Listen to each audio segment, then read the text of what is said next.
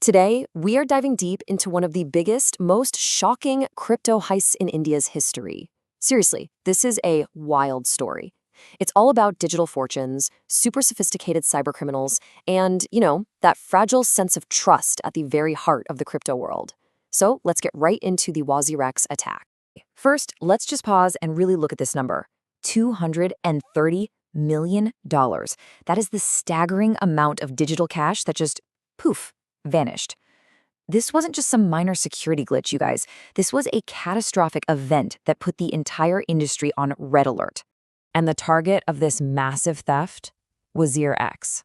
Now, for millions of people in India, WazirX wasn't just some app on their phone. It was their main door into the world of crypto. It was founded back in 2018 and just exploded in popularity because it was super easy to use and had a ton of different digital assets you could trade. It was a real giant in the market, which, as you're about to see, also made it a giant target. So how in the world does a top exchange suddenly find itself smack in the middle of a $230 million crisis? Well, this is where the story really kicks off, back in the summer of 2024, when all the digital alarm bells started ringing, loud. This wasn't some hacker sending a cocky message saying, "We got you." Nope. The first sign that something was deeply wrong came from the blockchain itself. You have these super sharp-eyed analysts. Their whole job is to watch the public ledger of transactions, and they started spotting these huge, really suspicious transfers moving out of wallets that belonged to WazirX. It was basically the digital version of seeing a fleet of unmarked vans speeding away from a bank vault in the dead of night. And what was inside those digital getaway vans? A real grab bag of crypto goodies. The thieves didn't just target one type of coin. They took a whole portfolio. We're talking the big dogs like Ethereum and the stablecoin Tether, super popular assets like Polygon, and yeah, even meme coins with massive followings like Shiba Inu. Taking such a broad mix of coins showed these attackers had gained some serious, deep access to the exchange's core funds. And that brings us to the $230 million question: how did they actually pull this off? How did they manage to get past the defenses of such a major exchange? The answer, it turns out, is in a key piece of security tech that was specifically designed to prevent this exact kind of disaster. So to really get this, we need to talk about the tech for a second. WazirX was using what's called a multisignature or multisig wallet for a lot of its money. Think of it like a bank's safe deposit box that needs two completely different keys held by two different people just to open it. It's a standard security feature, right? It's meant to stop a single person or a single mistake from causing a catastrophe.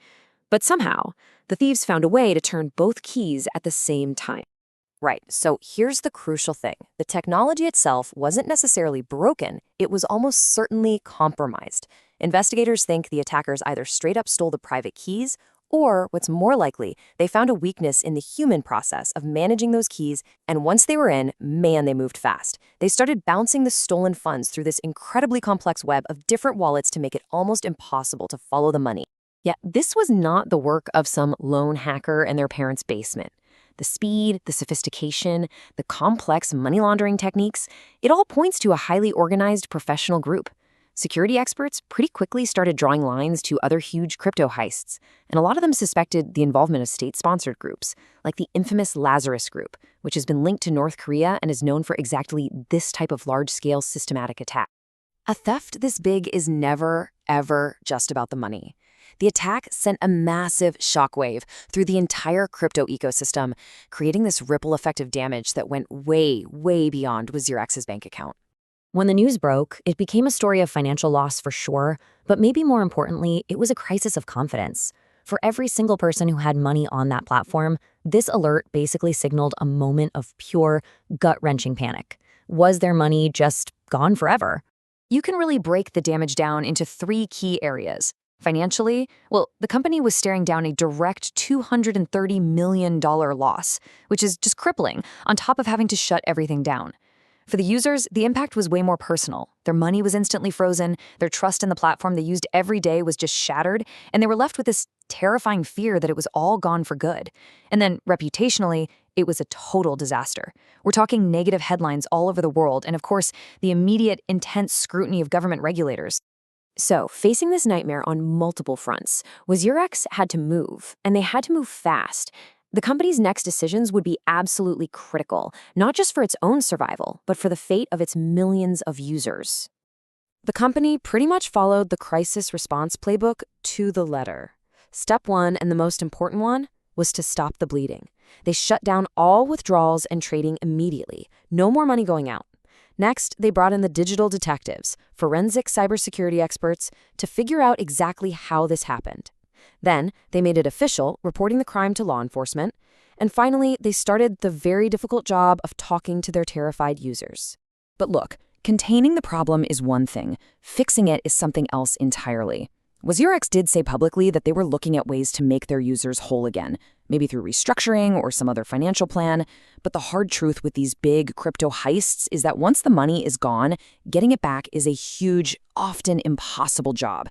That uncertainty was just hanging in the air.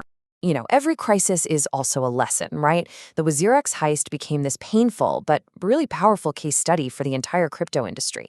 It forced everyone to take a long, hard look at the risks that had kind of been simmering just under the surface. One of the biggest things to come out of this was a brand new, much louder push for government regulation.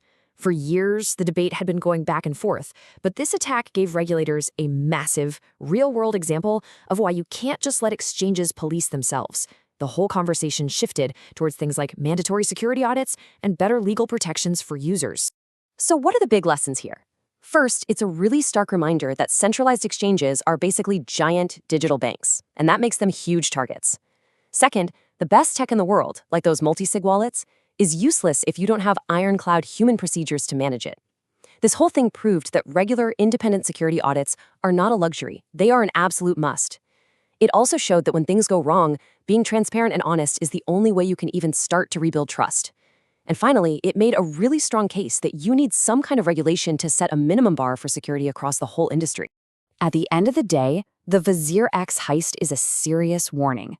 It forces all of us to think about a really fundamental question at the heart of our digital age.